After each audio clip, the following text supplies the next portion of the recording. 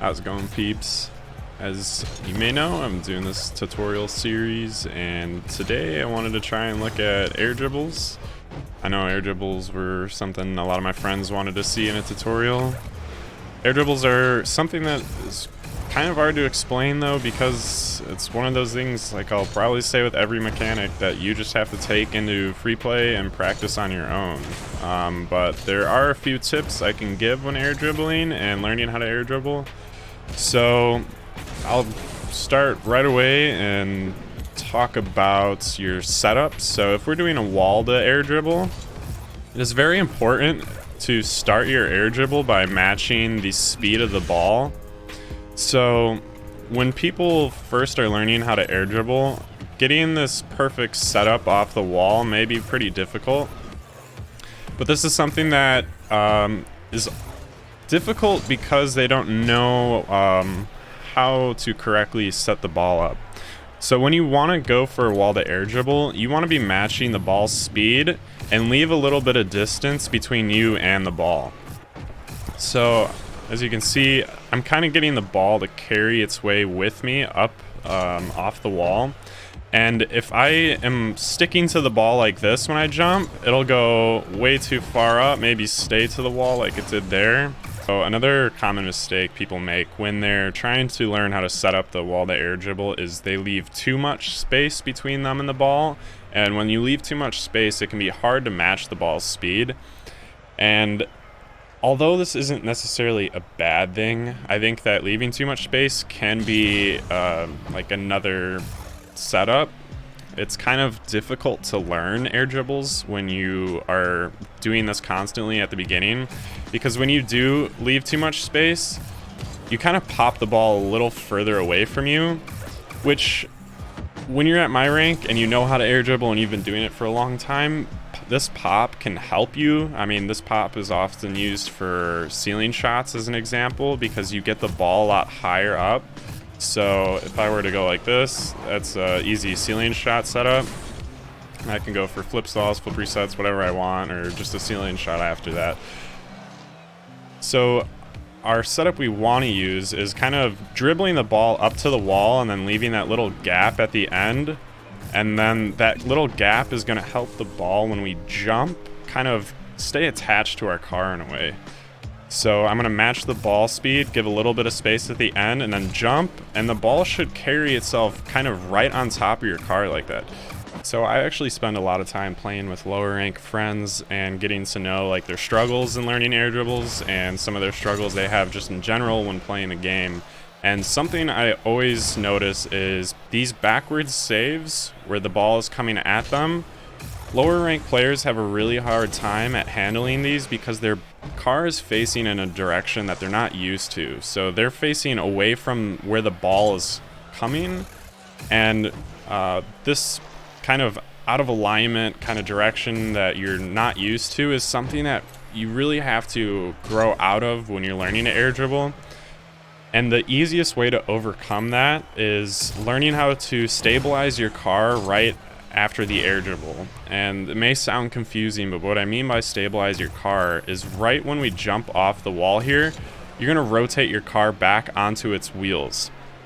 So when you rotate your car like that, when we go off the wall and then jump and then rotate our car to have our wheels pointing down, this will set your car in a direction that you're more comfortable with. And learning to do this when you're learning air dribbles is something that I think will really help in helping kind of gain sense of direction.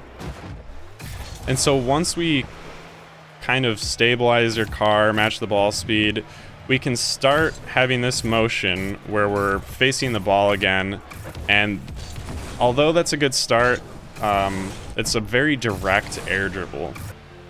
So this is a section of air dribbling I will try and verbally explain instead of show examples the whole time, because that may be the best way of teaching it.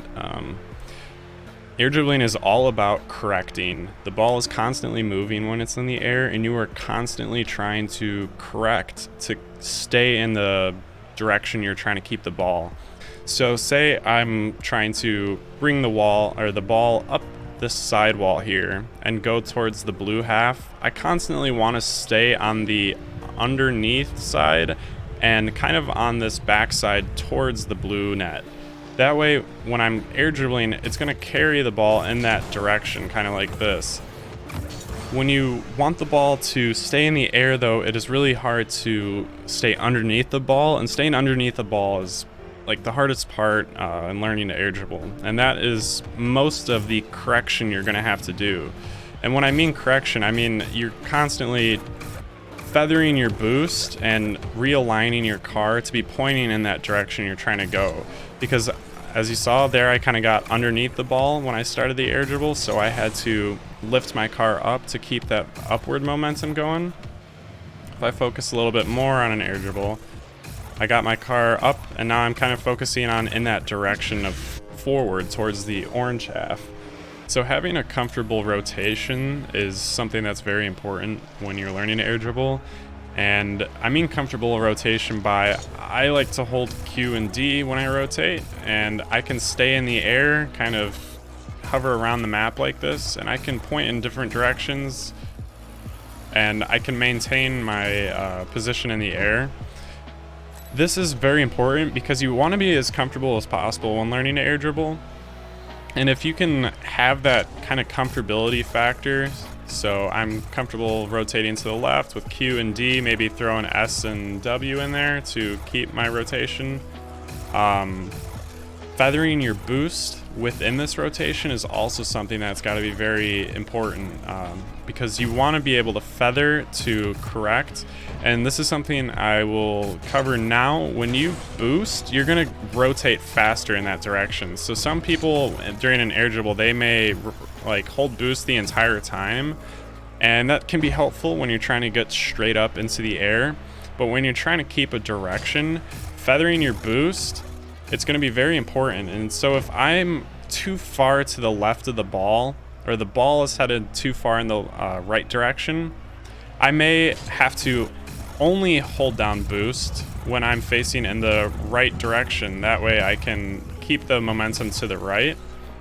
And that's just something you'll learn the more you air dribble. So I'll try my best here to show an example of what I mean by that comfortable rotation, feathering my boost. So I'm going to go up this left wall here. I'm going to keep the ball in front of my car, leave a little bit of space right as I reach this curve, and then jump. And as you can see, I'm kind of just rotating with Q. I feel comfortable rotating with Q, and I'm able to feather my boost in ways that allows me to catch up with the ball, maybe keep my direction. And so I wanted to talk about next some methods of practicing your air dribbles. So there are numerous ways of training air dribbles, and as we've been looking at mainly this video, of course, we have the dribble the ball up towards that mid boost, and then you can dribble off the wall. That's a very realistic example and a very important kind of training practice routine you should have, but there's also many different methods to get more comfortable with air dribbling. So another thing you can do while sitting in training, I've screwed this up a few times now, but if you know the fast kickoff, this is something I always am doing when I'm streaming or recording. I like to go for fast kickoffs in training, and I like to hit the ball up this wall, leave that space, kind of catch back up, and then I'll follow it up with an air dribble. Although that was not a good air dribble. Let's see if I can do a better example. So I kind of do that fast kickoff to the wall, and then I catch up, and then I can air dribble towards the goal. That's just another example. Another great utility I really recommend everyone to get is Baki's mod. So with Baki's mod, you have tons of options and things you can do. You can pass the ball to you, and then you can pop it up, and then instead of having that whole setup off the wall, you can just practice following the ball. When you get comfortable enough, you can almost just kind of air dribble from any bounce you get on the field. Apart from that, there is also custom training. So I can go into custom training and just features. I don't see any. This is actually one of the first times I haven't seen air dribble training right away and featured. But wall to air dribble right here in browse. I can try wall to air dribble.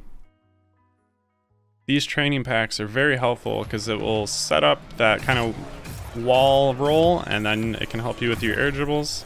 I've been getting really bad air dribbles lately, and Baki's mod is also helpful within these training packs because it will switch up the side the pass is coming from. So yet another utility within Baki's mod I didn't even have enabled before, I didn't realize, but you can enable this air dribble mode. If you click F2 with Baki's mod, it'll bring up this menu, and then you can bring up the air dribble menu, or the air dribble passes. So I want to highlight and then show some examples. So one kind of gives you the slow roll straight forward, so this can be helpful when you're doing the wall to air dribbles. Two kind of gives you this forward bounce pass, and you can use that to kind of carry the ball forward off the bounce. That's a very helpful tool. Let's see, three kind of gives you a bounce pass towards you. So let's see if I can kind of... So we can do like a pop-up where we pop the ball up and then follow it with an air dribble. And you may realize through this video I'm not scoring a lot of air dribbles, and it's because just the act of air dribbling is what I'm getting at. I can score some air dribbles, and I'll show some examples later. And then 4, our last one, 4 kind of gives us a slow roll, and so that can be used to help like a ground to air dribble.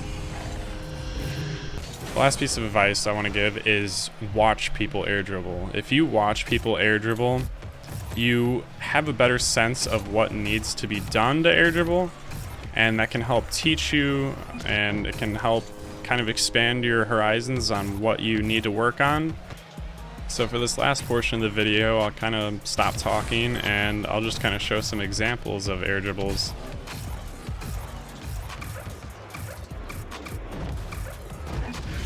That was kind of an example where I tried to throw in a flip reset and missed, unfortunately, but